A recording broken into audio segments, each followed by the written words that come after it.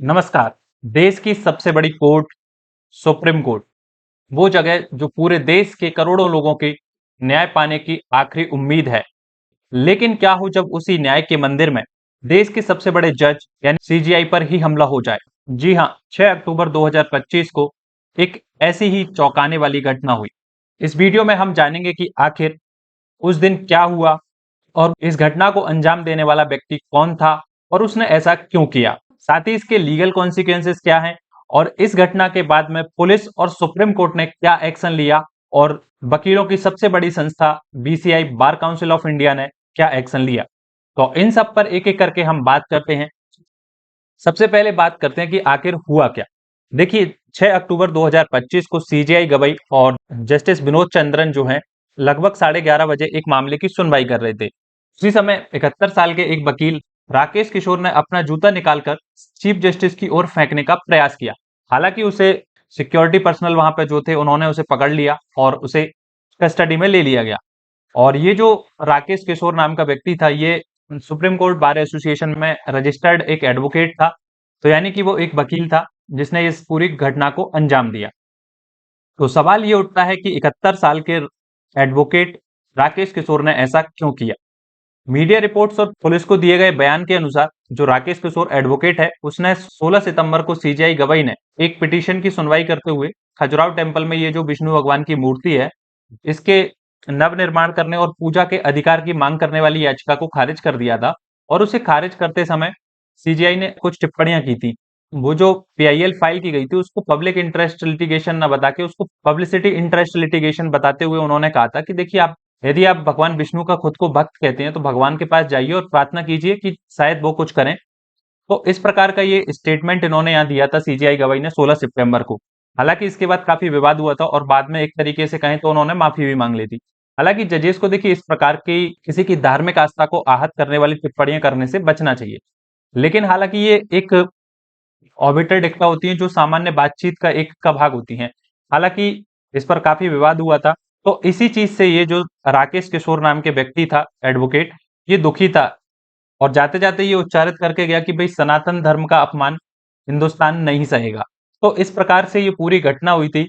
ये जो पूरी घटना हुई सुप्रीम कोर्ट परिसर कोर्ट नंबर 1 में सीजेआई गवाई पर इस प्रकार से जब जूता फेंकने का प्रयास किया गया था, तो उन्होंने इससे और वकील जो कार्रवाई में अपीयर हो रहे थे तो उनसे कहा कि मैं ऐसी घटनाओं से विचलित नहीं होता हूं और अब शांतिपूर्ण ढंग से अपनी जो कार्रवाई थी उसको करते रहे।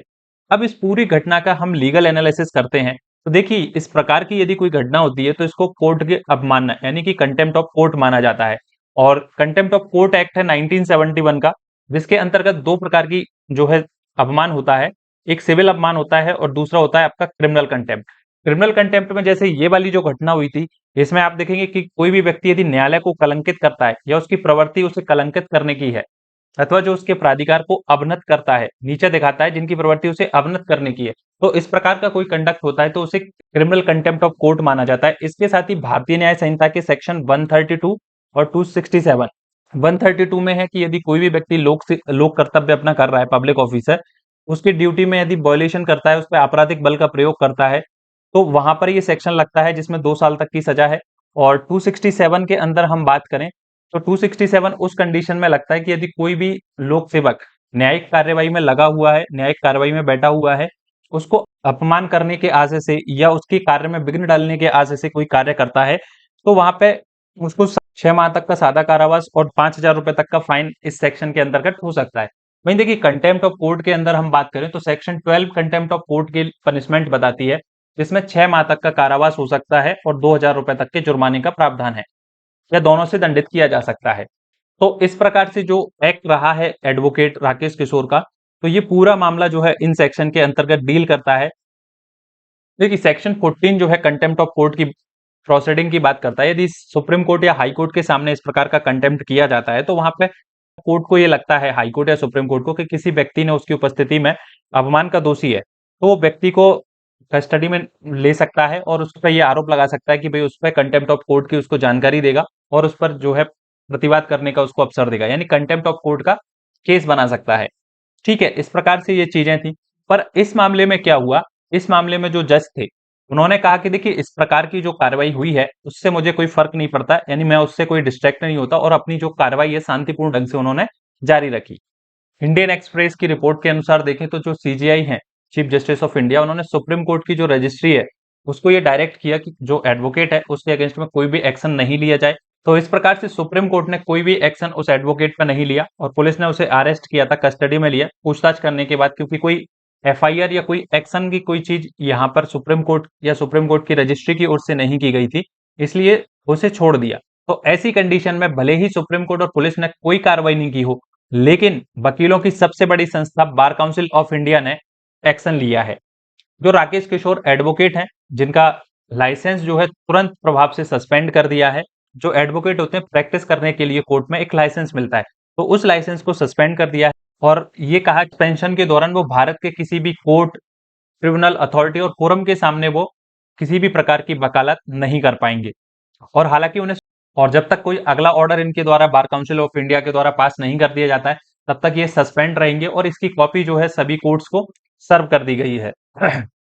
और बार काउंसिल ऑफ इंडिया के द्वारा ये सस्पेंशन का जो ऑर्डर किया गया था, इसको सभी कोर्ट्स को, ट्रिब्यूनल को नोटिफाई कर दिया गया है, जैसा कि आप यहाँ पे देख पा रहे होंगे। ये इस प्रकार से ये एक्शन जो है बीसीआई के द्वारा लिया गया है, प्रोफेशनल मिसकंडक्ट मानते हुए। सीजीआई पर जूता फेंकने के प्रयास की जो पूरी घटना हुई, इसकी प्रधानमंत्री मोदी से लेकर कई नेताओं ने इसकी निंदा की। देखिए प्रधानमंत्री मोदी ने यहाँ ट्वीट करते हुए कहा कि मैंने chief justice B R Gavai से फोन पर बात की और इस प्रकार से सुप्रीम कोर्ट परिसर के अंतर्गत उन पर जो अटैक किया गया है उससे सभी भारतीय दुखी हैं और इस प्रकार के निंदनीय कृत्यों का हमारे समाज में कोई भी स्थान नहीं है और ये पूरी तरीके से निंदनीय है। और उन्होंने आगे कहा कि देखिए इस प्रकार की सिचुएशन में सीजीआई जस्ट के द्वारा जो व्यवहार दिखाया गया वो सराहनीय है और यह उनके न्यायिक मूल्यों के प्रति प्रतिबद्धता और संविधान के भावना को मजबूत करता है। ठीक है, तो ये जो है नरेंद्र मोदी के द्वारा कहा गया। इसके अलावा पवन कल्याण जो आंध्र प्रदेश के मिनिस्टर हैं, उन्होंने ये कहा कि देखिए इस प्रकार से जो हमला सीजीआई के ऊपर किया गया है ये बहुत परेशान करने वाला है और इसकी हम जो है अनकंडीशनली, यानी कि बिना शर्त के हम इसकी निंदा करते हैं और हम इस प्रकार इससे जुड़ी हुई भावनाओं को भी समझते हैं।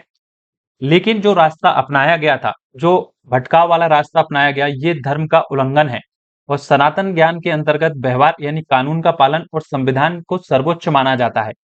हमारे प्राचीन ग्रंथ वो हमें सिखाते हैं कि न्याय प्रक्रिया के माध्यम से प्राप्त किया जाना चाहिए, ना कि जुनून के माध्यम से। और आगे कहा कि देखिए हम इस प्रकार की कार्रवाई का विरोध करते हैं जो कानून व्यवस्था के लिए खड़े लाखों सनातनियों के संकल्प को शर्मसार करता है और जनसेना जो इनकी पार्टी है वो सीजेआई की गरिमा के साथ खड़ी है। इस प्रकार से इन्होंने ये ट्वीट किया।